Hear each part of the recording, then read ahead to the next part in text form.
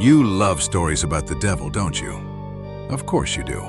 They're so convenient. When a man commits an atrocity, it's always easier to blame Satan than to admit that the man is just a piece of filth. My name is Yngvar Geller, first-class investigator for the Holy Chancellery. My job isn't to cast out demons. My job is to dig through the rot that people hide behind the crucifix. The year of our Lord 1678, St. Bruno's Abbey in the Austrian Alps, a place where 30 holy brothers sewed their own mouth shut in a single night, and their abbot gouged his own eyes out with a silver crucifix. Are you scared yet? The inquisitors in Vatican were crossing themselves, screaming about demonic possession, but all I smelled was a massive payout and an impending slaughter. They sent me there with a simple mandate: either bring back a miracle or burn the whole place to ash. I chose a third option. I chose to use my brains. When you walk into a house of mass madness, the first thing you do is shut off your pity. Pity makes you deaf.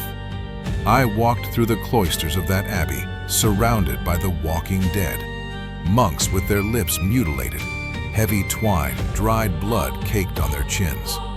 They actually believed they were saving their souls from sin. A textbook example of how easy it is to break the human psyche through weaponized fear. I locked myself in the cell of the blinded abbot. The old man was drowning in a feverish sweat, reeking of urine and imminent death. He hissed into my ear, "Yngvar, the pale virgin rises from the well. She steals the voices of the sinners." Down the mountain, a herd of peasants was already sharpening their pitchforks. They needed a scapegoat. They craved the blood of witches. But remember the golden rule of any real investigation. When the mob prays out loud, look closely at who is preying on their pockets. Demons don't keep a schedule. Humans do. I didn't pray. I went straight to the only well providing water for the entire abbey. The psychology of a criminal is utterly predictable. If you want to control the flock, poison the flock. At the bottom of that well, among the slimy stones, I found my pale virgin. No demons, just a heavy concentration of Claviceps purpurea, ergot, a rare alpine fungus. In the right doses, its brew gives a manipulator the perfect cocktail. Vivid hallucinations, suffocation, paranoid hysteria, and vocal paralysis. The monks didn't take a vow of silence. They were locked inside their own nightmares. They were being systematically poisoned. Now, use your logic. Who controlled the kitchen and the water supply? A young vicar, Brother Thomas. The man prayed so hard the veins on his neck looked ready to burst. A saintly soul. Except, in the cellar beneath his quarters, I found not only sacks of the dried fungus, but 300 gold coins, freshly minted, bearing the personal crest of the local baron. How's that for an exorcism? Religion is an excellent business, provided you know how to poison the competition. Thomas wanted the abbot's chair. The baron wanted the church lands. I dragged this holy man by his collar straight to the district bishop, who had just arrived with his entourage. I expected a trial. I expected the gallows. But this is where the real psychology of power kicks in.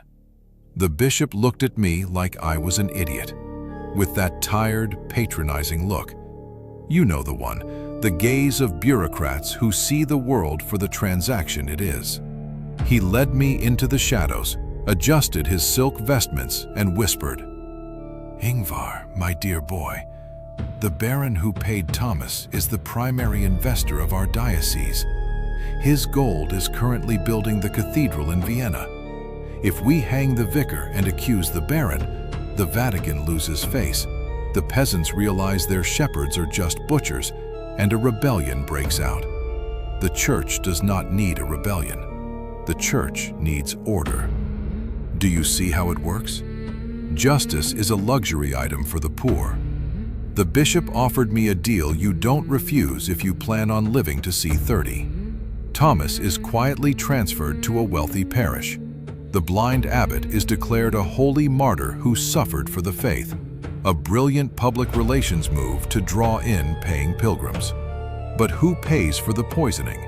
A mute, half-mad village girl paid for it. She used to gather herbs at the foot of the mountain. The perfect target. She couldn't speak, she had no one to protect her, and the crowd desperately needed a witch. Everybody won. The baron got his land, Thomas got his career, the bishop got his cathedral. The next morning, the square choked on black smoke. The peasants wept with holy joy, watching the devil's spawn burn. The church choir sang to the glory of God, and I stood right there, gripping a purse of hush money in my pocket, thinking that hell does exist. But it's not under the earth. It's inside the minds of those who believe this system is righteous. In my next report, I'll tell you how we used holy water to cure the plague in Lyon, and exactly how much the cardinal made off it. Subscribe if you're ready to see the world without the blindfold. It is a far dirtier place than they tell you before bedtime.